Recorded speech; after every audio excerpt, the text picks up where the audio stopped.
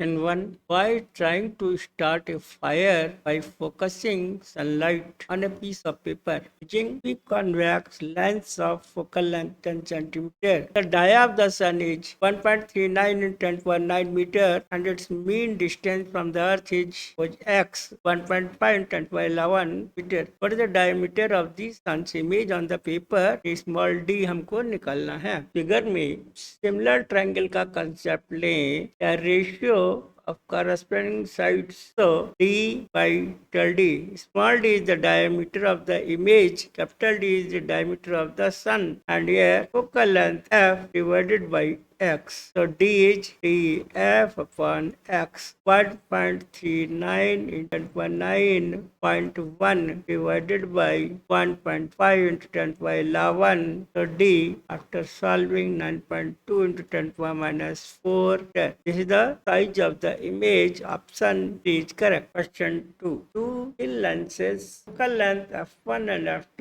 are in contact and coaxial, and power of the combination find करना. Suppose कि lens है ये convex lens f1 f2 इनका combined होगा power P equal to P1 plus P2 और focal length equal to 1 upon f1 plus 1 upon f2.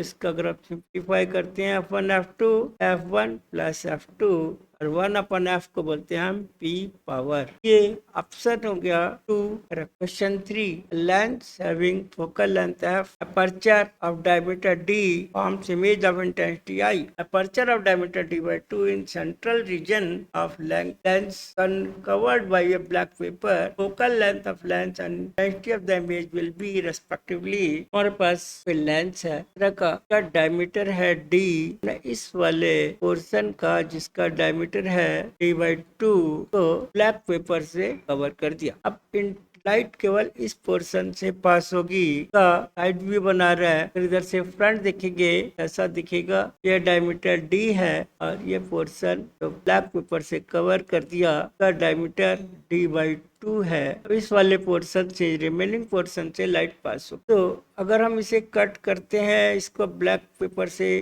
Cover करते हैं तो no change in power. Final power will be initial power and final focal length will be the same because ना इसका thickness change हुआ ना कुछ change हुआ ना मटेरियल चेंज. लेकिन अब लाइट की इंटेंसिटी कम एरिया से पास हो रही है. हमें मालूम है intensity directly proportional to area of cross section of lens through which light is passing. Intensity of light passing through the area. अगर पूरा एरिया है, एरिया होता है पाई d square by 4, then total intensity of light passing through the lens is I given in the question. Suppose हम area cover कर लिया तो remaining area क्या होगा? Remaining area is pi by 4d square minus pi by 4d by 2 whole square. ये remaining area हो गया. तो इंटेंसिटी क्या होगी? Intensity I upon pi D square by 4, इससे मल्टीप्लाई जाएगा. हमने कॉमन ले लिया pi by 4d square.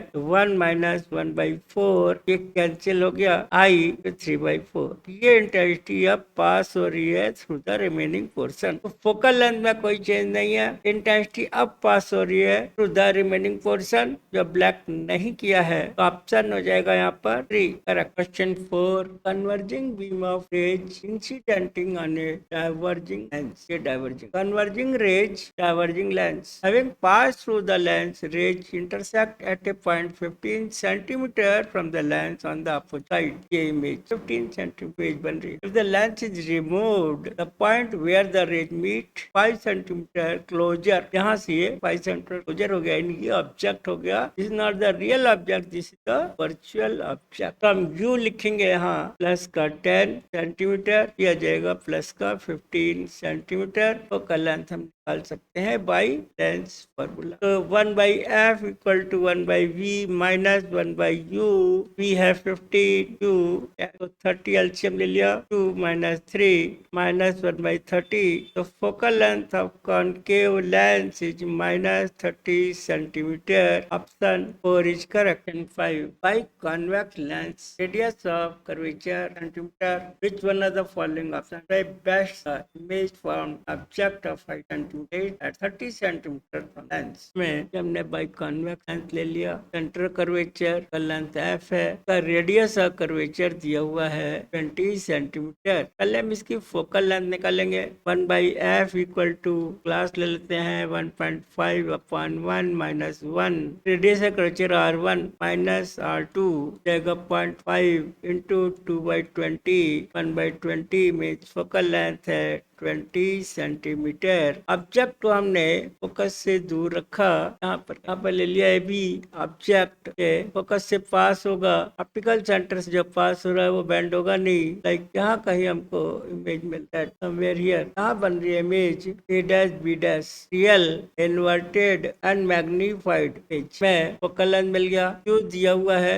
30 centimetre, minus का 30 सेंटीमीटर, तो V निकाल सकते हैं। लेंस फॉर्मूला यूज करेंगे, V निकालना है, फिर जाके प्लस हो गया, फोकल लेंथ है 20, पॉजिटिव कॉन्वेक्स लेंस है, U माइनस 30 ले रहे हैं हम लोग, कैल्शियम हो जाएगा 63 माइनस 2, 1/60, फोकल लेंथ हो जाएगी 60 सेंटीमीटर। तो मैग्निफिकेशन का फॉर्मूला होगा V/U और H2 अपॉन H1, तो H2 upon H1 V 60 upon U minus 30, तो H2 हो जाएगा माइनस का 2 H1 दिया है क्वेश्चन में 2 सेंटीमीटर, तो माइनस 2 इंटू 2 यानी माइनस का 4 सेंटीमीटर। माइनस साइन शो करता है कि ये इन्वर्टेड है, रियल है, और 4 यानी मैग्नीफाइड हो रहा है। तो option 3 is correct. Question 6, concave mirror of focal length f1 placed at a distance d from the convex lens of focal length f2, beam of light coming from infinity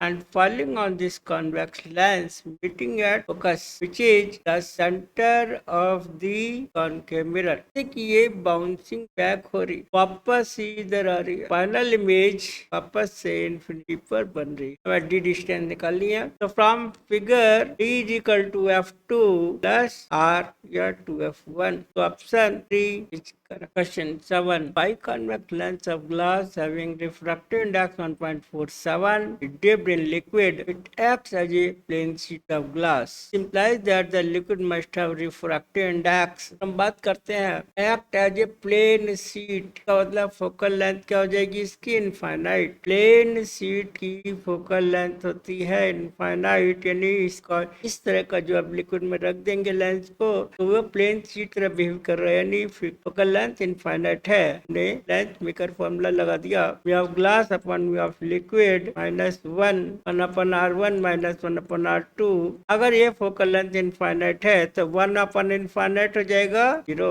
ये r1 r2 different है, को देखना है, mu g upon mu l equal to 1, यानी liquid का refractive index glass के इक्वल है 1.47 इक्वल टू ग्लास। तभी पॉसिबल है कि ये पावर 0 हो जाए, 1 upon f infinite 1 upon f power 0, तो ऑप्शन हो जाएगा 1 correct. Question 8, plano convex lens directly into the plano convex lens, their plane surfaces are parallel to each other, lenses are made of different materials, refractive index material mu1 mu2 and r is the radius of curvature of the curved surface of lens। Focal length निकालना है combination. लो ये तो plano convex, यानी ये वाला है plano convex lens number 1, का radius r1 infinite है, का रेडियस r2 माइनस का r है। अब सेकंड लेंस की बात करते हैं प्लानो कॉन्केव, इसके लिए r1 माइनस r है, इसके लिए r2